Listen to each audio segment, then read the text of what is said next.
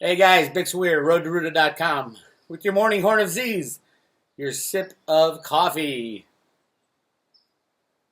I'm out of the office today, up in Northern California, where the language of bootling was actually invented.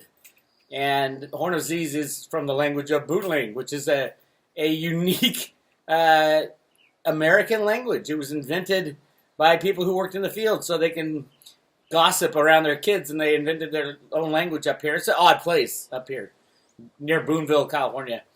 A lot of the hippies from the 60s in Berkeley came up here to grow certain special crops after the 60s died down. 60s were an interesting time. A lot of things to fight for and fight against. But back then there was a purpose, and we weren't being lied to as much.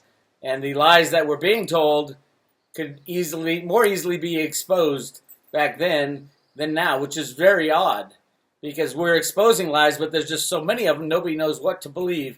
So we're being told lies from the left, right, and center. The bad guys are trying to pit Americans against each other and stir up some kind of civil war. We saw that with the shooting in Washington, D.C. Some nut job, took it out on a U.S. senator.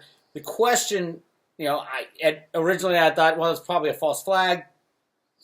It's got elements of that. Clearly, the Capitol Police angle is being played, and it's huge. And this Senator Scalise who got shot, actually 2 days before he got shot, put up a YouTube video. Go to his YouTube site. He put up a YouTube video about the pedophilia arrests and a new bill that is going through Congress that will make it much harder penalties for pedophilia and child trafficking.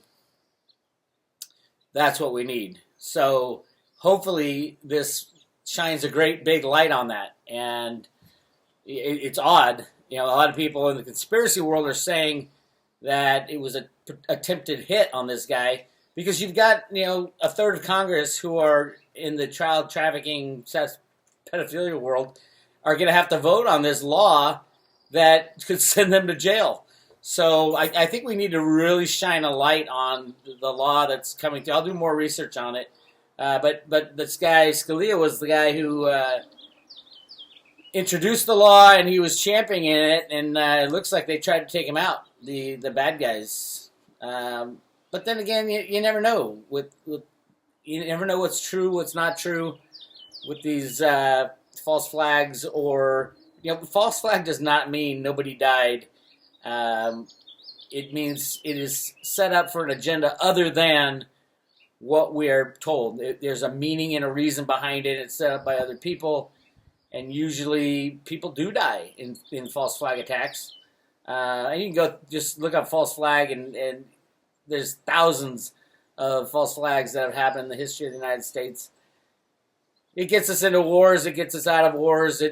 You name it, has happened in the United States. We're waking up slowly but surely. Unfortunately, it's not going to be fast enough, I don't think. Europe is absolutely imploding. The derivative bubble has been pricked in Banco Popular, the Spanish bank that triggered the cocoa bonds. The cocoa bonds being triggered turns the bond into an equity. Basically, it's a bail-in of sorts. They don't have to call it a bail-in because it's just bondholders who got bailed in. But they knew what they were getting into. They should have.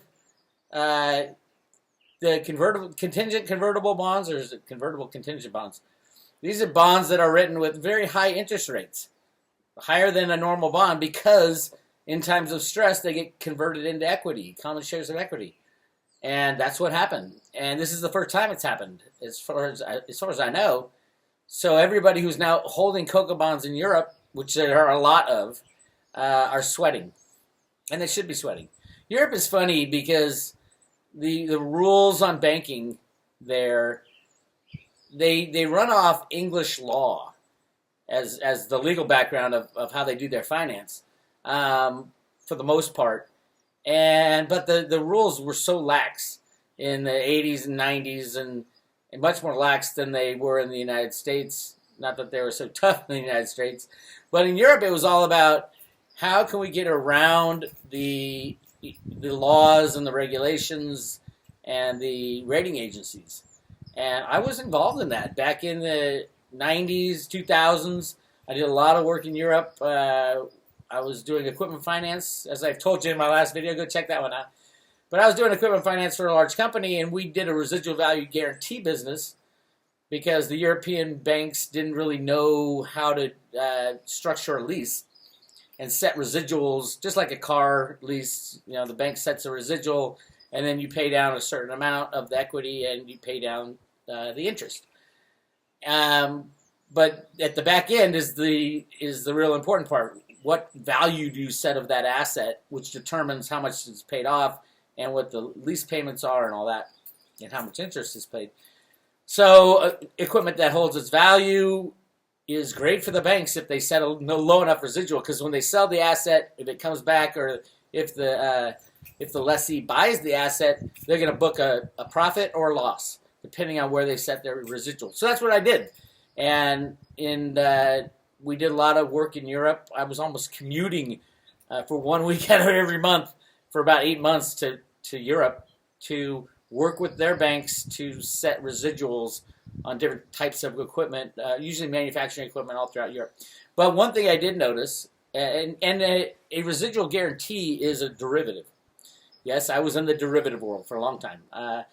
The structuring of derivatives is where it got really odd.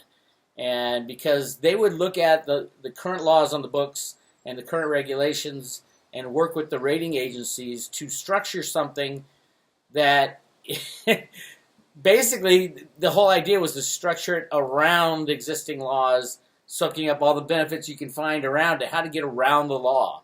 And a lot of it had to do with contract language, their ability to return the asset at the end of lease. And it was looking back, it was structured finance at its finest. And it's how a lot of these very large deals are doing. You're going to hear a lot about this in the attacks on Trump, on how he financed his assets around the world.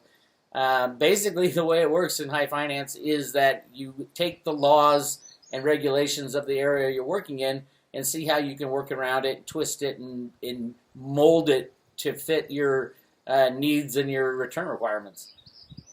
I mean, there's nothing straightforward when it comes to finance, especially in the larger ticket items, multi-million-dollar, billion-dollar items.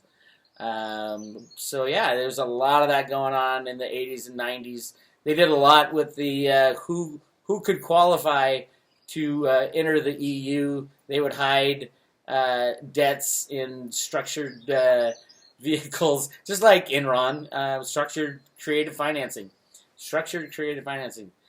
It was insane, but it kind of skirted the rules and the laws and the regulations. And I remember all the sales reps that I worked with in the European banks, all they cared about was if the rating agencies blessed the deal. And so they'd take the rating agencies out to dinner and they wine and dine them, and if you don't like the person who's dealing with your account, you ask for somebody else who will be more lenient to the structure you're trying to make. And then they bless it, and it moves on. And that was the game throughout the 90s and the 2000s until the crash happened in 2007. And then all hell broke loose, and no one could do the same thing that they used to do. They still do it, but it's much more regulated and a little more strict. But these old deals are still on the books, and so all this stuff in Europe is based on derivatives, shadow financing, structured deals that were so complex and still are so complex. And once the system starts blowing apart, that's when the trouble happens. And I think it is happening right now in Spain, which will quickly run to Europe. And the Italian banks are just waiting in the wings as well. Anything Southern European in the EU. I heard Greece did get another bailout, which is fine for the people of Greece. I mean, they should have woken up a long time ago and not accepted any bailouts, because all the bailout money goes back to the banks.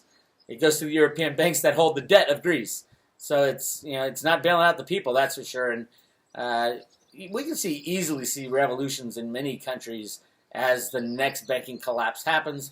And with this crashing of the cocoa bonds in Spain, it calls into question these cocoa bonds. So all the cocoa bonds are taking hits now, saying, "Oh my God, what if what if the cocoa bonds I have get converted to equity? I lose everything, and I'm stuck with a lousy share of stock in a company that's failed."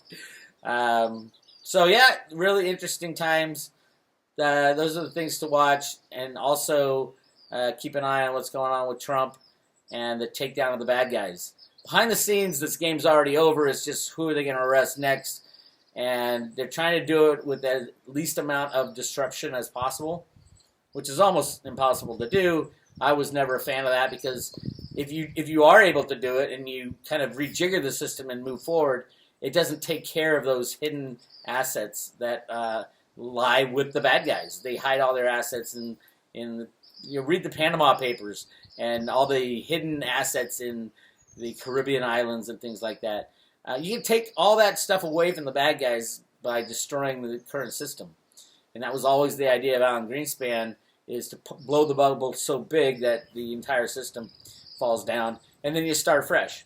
But, the good guys are struggling with the soft landing, obviously, and we'll see how it goes for the Trump administration going from here on out. A lot of rumors that it is time to take down the pedophiles, so keep an eye on that.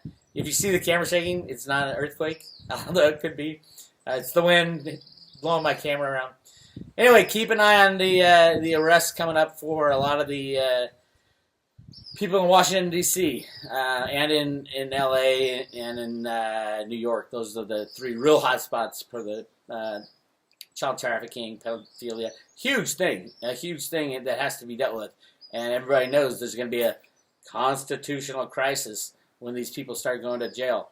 And that's what we need also. We need to destroy our federal government. That's 33 million people on the dole with jobs directly in the federal government or related to the federal government. That's ridiculous.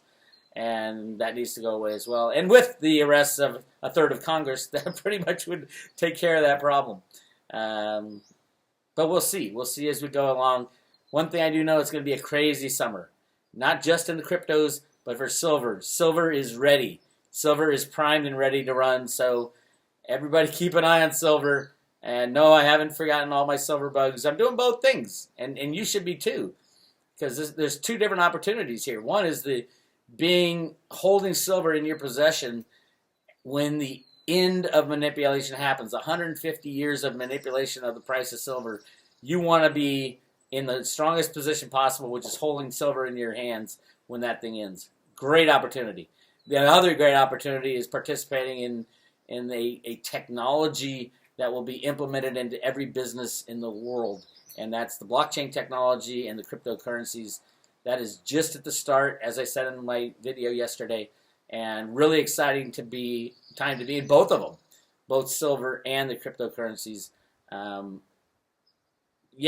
The bounce is almost over in the cryptos. Everybody wasn't panicking. The only panicking that went on with the cryptos was panicking to get in because all the exchanges sucked and they shut their doors, and they probably bought up all the cryptos on the low, and now they're starting to sell them. So the cryptos are bouncing quickly, much faster than I thought. Cliff High said it would take like 4 days, and it's been 2.